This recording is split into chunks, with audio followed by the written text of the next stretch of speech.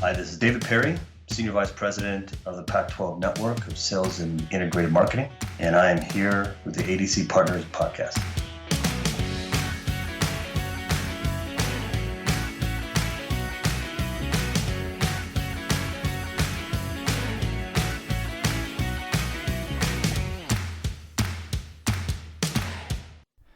This episode's guest, David Perry, and I go back a little over 20 years. We've never actually worked at the same company or done any deals together, but we've more or less wandered the wilderness that is sports business together. I always love talking to him because he's done a little of everything in the sports world. Like he's sold for teams like the Golden State Warriors and the Philadelphia Eagles. He's created partnerships for entertainment properties like Warren Miller Entertainment. He's been an entrepreneur and worked in sports apparel world. Like I said, the man has perspective. Knowing all that is why I was looking forward to talking to DP about the current state of college sports. It's been a crazy few months on campus, right? Name, image, likeness, more conference realignments, stadiums are full again after a season off from COVID, and from his perch as the Senior Vice President of Integrated Partnerships at the Pac-12 Network, he's got a unique look into what's going on and how corporate partners are responding. Hope you enjoy our conversation. DP, how you doing? I'm doing well, Dave. Thank you so much for allowing me to join your podcast. Allowing you? Oh, David, I think it's safe to say that you have a standing invitation to be on the podcast anytime you want. As a matter of fact, when I'm interviewing other people, I hope you'll just call in and make comments. Well, I now that I know that, I will, just because I've known you for a few years now. And though we have never really worked side by side, I feel like I know you like a brother. So I will take you up on that. It's sort of falling into the be careful what I wish for category. That could get out of hand pretty quick. Although, who knows? We could take this thing on the road pretty soon. Now, it's true that you and I have never worked on the same team, or we've never been on opposite sides of the table doing that kind of thing. But, we're kind of always sort of been working on college related stuff together. We're always swapping stories about some of the things that we see and some of the things that we're doing. I think it's kind of crazy that college sports were at one point considered to be this it's kind of easygoing, quaint, a little quiet part of the sports business world. It's where people can go to have an easier day than they would say maybe the NFL or the NBA, which are moving at lightning speed. And then conference realignment took the first version, shook things up, and now we've got conference realignment 2.0, and there's crazy bidding wars for the rights and everything like that. Now you're involved in the creation of the alliance. This is not our grandfather's college sports anymore. Talk a little bit about what's happening at the Pac-12 networks from your perspective. Is it exciting? Is it overwhelming? Is it some sort of excitowhelming kind of combination of the two? What are you looking at these days? What's it like from your seat? Well, you started off by saying how crazy it is, right? It is exciting and overwhelming. I'm not quite sure the word you use because I don't know if it's actually a word, Dave. But nevertheless, yes, I think it's all the above. But I think it's great for everybody in the collegiate space, and in particularly fans. I think the fans will benefit from all the things that are up and a part of college athletics right now, right? I think the impacts of NIL will be positive. As a fan, I worry, because there's always a few bad apples in the bunch. But I think in general terms, it's great for the athletes, especially when you talk about athletes in the Olympic sports who sometimes get overshadowed by the big sports. So now they have an opportunity to get more exposure and get what they deserve for all their hard work for the schools that they represent. And I think it's going to be great for the schools. I think that the schools, it just gives them more exposure on who they are and why students should go there, and not only just student athletes, but the general population of students. And then when you talk about realignment, I really can't speak to it. I'm not really in those rooms, but but I know your ear is to the door. You're listening as those conversations are going on for sure. Yeah, absolutely. And I think the alliance is exciting. There's still a lot to be determined to see where it will go. But my perception is that it was really meant to build the foundation so that the traditions of college athletics, in particular football and basketball, will stay intact. Yeah. Right. That's why us as fans, we love college sports is the traditions the matchups, the rivalries, and I think the alliance is a way to make sure that that footprint stays somewhat intact. Anything can change. We don't know what the future will entail, but I think that that was the core purpose, and we'll see, how it transforms from there. I'm interested, like, in your perspective on this because, you and I go way back, and I mean, you have been involved with selling sports on like a crazy number of different ways, right? You've done it on the team side with the Golden State Warriors and the Philadelphia Eagles, right? So you've got that background. You've done entertainment with Warren Miller. You did sports media, like more traditional hard sports media with home team sports. Give a little perspective on, with that range of experience, how does college, like, how is it like exciting and how is it challenging compared to some of those other properties that you've sold in the past? Yeah, I mean, I would first off say that I think it's more exciting only because I've got a passion for college athletics, and being able to build revenue platforms and bring brands into the space, because it all funnels down and supports student athletes. So that makes it much more. It creates a passion for me rather than it just being strictly revenue driven. It really has every dollar has a purpose. Yeah, versus just lining the pockets of a billionaire a little bit more, maybe. Yeah, I mean, it really helps. It really impacts the environment of our student athletes. So that's pretty cool. As far as how it shapes out with the other properties that I've worked at, there's definitely tighter guardrails within college athletics with regards to how we can sell, what we can sell, stay within compliance, make sure that, especially in this new NIL space, which we're taking a very conservative approach with, and really kind of taking 2 or 3 steps back. Yep. The reality is that in college athletics, you definitely have a lot more compliance issues that you don't have to even consider in the pro team space, or if you're working at Home Team Sports or Fox. And certainly when I was on the publication side and production side at Warren Miller Films and Ski Magazine, I mean, there you've really got the freedom to do as much as you can creatively create for your brand that you're representing. So that's the biggest difference, is that we move a little slower because we have to. We got to be a little bit more careful and cautious so that we don't overstep our boundaries with regards to the fundamental policies of college athletics. It's probably a great example of that is like sports gambling, right? You look at the NFL, and now would they have like 437 sports gambling partners or somewhere in the ballpark like that? That is not something that college sports is just going to jump in with both feet and say, woohoo, we're in the pool too, swimming around, right? I mean, have you had discussion? I mean, it's a fast growing part of the ecosystem for sports business. Is that something that's talked about in your offices, and what's the current feeling about that particular category? Yeah, well, being the lead in sales, I would love to see all those categories open up. You're like, let's get cannabis category open up. I'd love to see sports betting open up, but I understand why we can't right now. But I will say that it's something that we always talk about. And it's really up to the schools to make those decisions. So if I'm just being the salesman that I naturally wake up to be, I feel like it's a missed opportunity, and I'm running in place because I would love to be able to capture the free marketplace that's going on in that category, for sure. And I think that there'll be a time and place, right? I mean, most of our schools are in states that it's still not legal. Okay.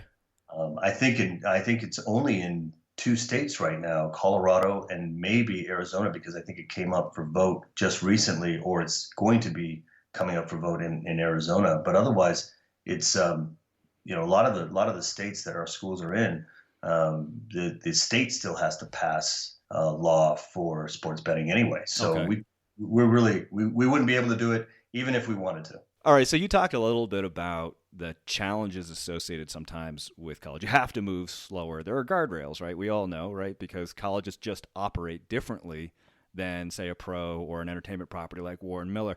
Do you have to do a lot of education with the partners to get them to understand, like, why something they may do with a pro partner might not work with a college property that they're involved with? Are they understanding of that kind of stuff? Is that process long, and is it fairly involved?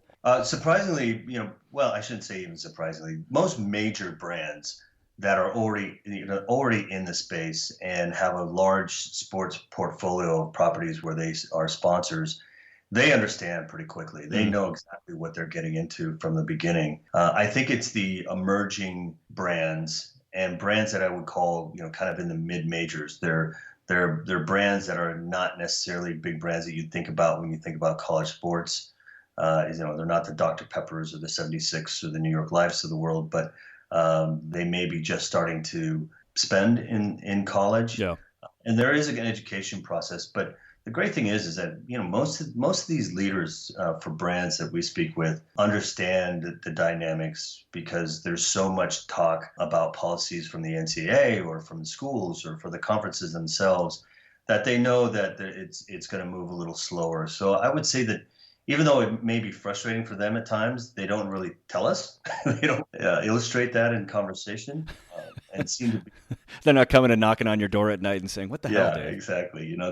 They're far more tolerant and patient than I think they may even lead on to be. But usually the conversations are always very flexible, and very strategic. So it hasn't been much of a problem when we're engaging in those conversations. What about the rapidly changing landscape, right? You brought up NIL before, and I think there's so many folks that are kind of, it's the Wild West right now. It's like people jumping into this and companies getting involved with it, and deals are being made for, like, hey, we're going to give free pizzas to the offensive linemen, and it's pretty crazy right now. Do you find your partners are looking to you all for, hey, what's going on here and what should we be doing, or is it your perception that's still kind of a wait and see approach to NIL on behalf of the partners? Both. I think there are some brands that are curious enough to ask the question. Unfortunately, we can't really give them a lot of answers, because it's like the digital age in the early 2000s, where every Mm. day it's different. Every day there's a different answer to the same questions. So,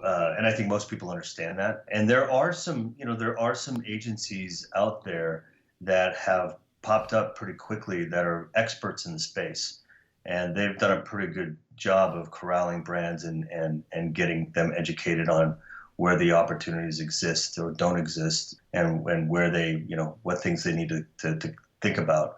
Like I said earlier, I mean, we're having kind of a standoff approach, because we got to be really careful, because to be a consultant or to answer certain questions, puts us in a situation where we could be in that pay to play space, which we do not want to be in.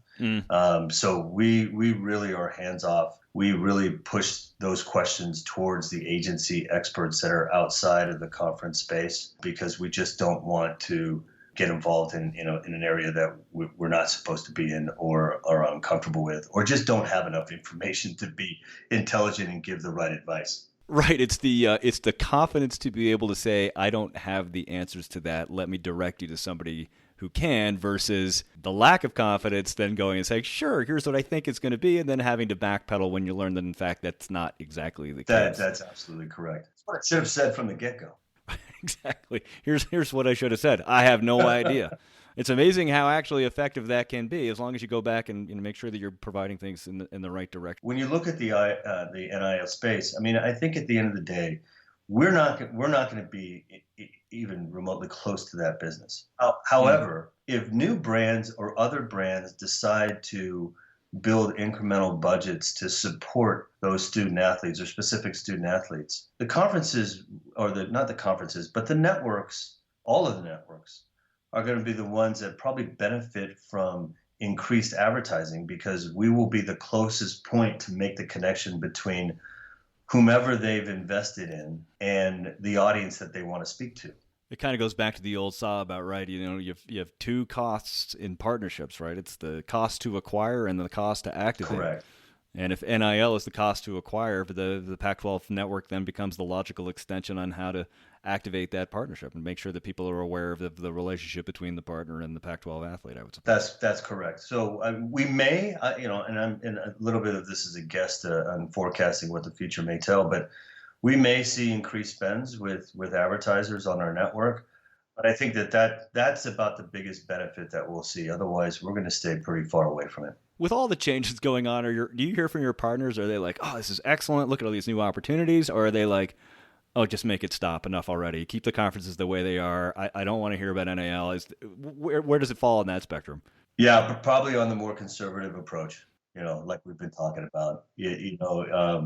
We'd rather be talking about the passion of our fans, the Right. value of why you would want to spend with the Pac-12, and the value of the network and our reach. Some of the real traditional and basic components of conversation when talking to brands or prospects, because it's just too early to tell what's really going to happen. I mean, there are a lot of groups out there selling college sports, right? I mean, in addition to folks at the conference level like you, I mean, you've got major networks are selling, multimedia rights holders like Learfield and JMI, they're out there selling. Do you find it hard to differentiate what it is you're bringing to the table versus these others, or is the Pac-12 brand so strong that everybody automatically knows what it is you're bringing to the table and the value compared to some of those other people out there doing that? Yeah, I mean, it's that's still what we have to overcome in the conversation, is Mm. showing why the Pac-12 is better than any other option if you're trying to reach fans in this particular space of college athletics, right? So there's no real easy answer, because a lot of it is based on the strategic objectives and needs of the client, as you know. You know Okay. that too, Yeah. right? So every conversation seems to be different, because obviously the strategy is different from brand to brand, from company to company. But that being said, the great thing is that with all the excitement that's been going on with the Pac-12 since the NCAA tournament, the women's game has increased some excitement. There's definitely much more conversations and appeal to supporting women's athletics in the college space. That's exciting for me. I think it's really great. With everything else that's been going on in our country, we're finding that brands are far more conscious of DEI and wanting to support those type of initiatives, as we kind of call, sponsorship with a purpose. That purpose is leading to support, equality and equal rights, and reflecting that all of us are in this soup together, and all of us have a fair share and a fair shot for our dreams and futures. Which is the reason why we all go to school, and we have student athletes in the first place. It's probably no surprise. I mean, women's sports has started to become more important at the college level. I mean, you see, the popularity and more sponsors getting involved in the NWSL. We just had a great conversation the other day with Jess Smith, who's the director of revenue or head of revenue down in Angel City, and the things that they're doing and the story that she's able to tell right now. So the fact that you're seeing that happen more specifically at the Pac-12 Network is really heartening. And I'm wondering if are there other quote unquote non-revenue sports that are beginning to increase in profile as well along with that, or is it pretty much still football and basketball? Well, if we're talking specifically about the women's game, basketball is definitely at the top of Mm. the hill, but there still is an enormous amount of interest in women's soccer for all the great success that they've been having with the national team, right? Mm. There's been an enormous amount of success, especially with the Pac-12, in gymnastics. If you saw all of those posts that went viral with the athletes on the UCLA team, that has Mm-hmm. spurred some big interest for our network from brands who want to be attached to that, and want to help support and grow that sport. And then, of course, the probably the other one would be softball. It seems as if softball is beginning to pick up a little bit. And for us, baseball, I don't know if you saw the news, but we are going to have a baseball conference championship tournament down in Arizona starting this spring.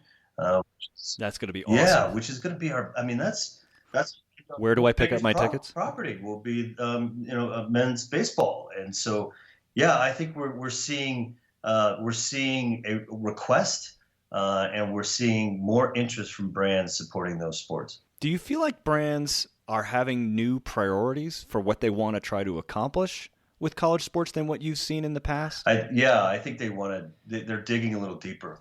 I think Mm. the nuances of the digital ecosystem is creating an environment where brands are being much more sophisticated and targeting where their dollar is going.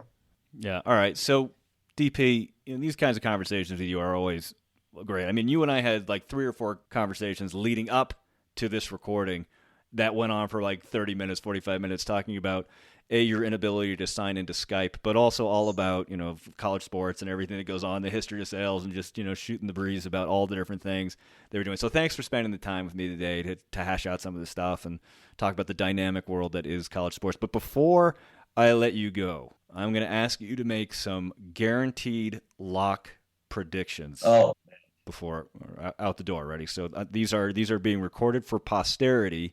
So we will be able to roll them back in a few years and see how accurate you were. Are you ready? Well, first of all, the conversations we've had before have been probably a little bit more in depth than what we have today, because there usually means, a glass of wine or two before we get or 2. I'll just leave it 2, okay. But I'm sure there might be even more in I think people will probably not be surprised that you and I had a conversation. Oh, we should do this at a bar, and we should have a couple of drinks, and we should go early so before the crowd gets there. So, clearly, I think everybody who's listening can draw the conclusions for themselves whether or not we actually did that. So I'd be better at this challenge if we were in that environment, but I'll give it a shot. All right, I just want you to get in your headspace. Here we go. First question: will the Big 12 still be around in 2 years? Yes. Is that how I should answer it? So guaranteed lock, yes. Okay. Yes. All right, second one. Will a Pac-12 football team make it to the CFP? In the next 2 years, yes. Which one? Now, listen, these are not easy. These are not fair questions, first of all. These are absolutely fair. I wrote them down. I'm looking right at them. That makes them fair. Because you got to remember, I'm a fan, right? So I'm a fan, and so my answer is always going to lean towards positivity to the Pac-12 and the teams and the schools. So, I'm not. I haven't even asked you the hardest question yet. All right, fine. All right, okay. It was a softball then. All right, but here comes the hardest one. This is a math one. Of the 8 teams that make it to the men's and women's Final Four, how many will be from the Pac-12? This upcoming year. 2. Of the 8 teams, 2. Again, I'm telling you that these are not fair questions because I'm a fan. So if I'm going to be a fan, then I would say 8. Then you heard it. You heard it here first. For all the sports gamblers that are listening, you want to take David Perry's comment that all 8 teams in the men's and women's Final Four are going to be from the Pac-12. You heard it here. That's exactly why I heard it here gamble, first. By the way. Exactly. David Perry, thanks, man. Always great to hear from you. Great to chat, and I look forward to doing it again soon. Thank you so much as well, and love the conversation, and love to join you again. Thanks for listening to this ADC Partners podcast.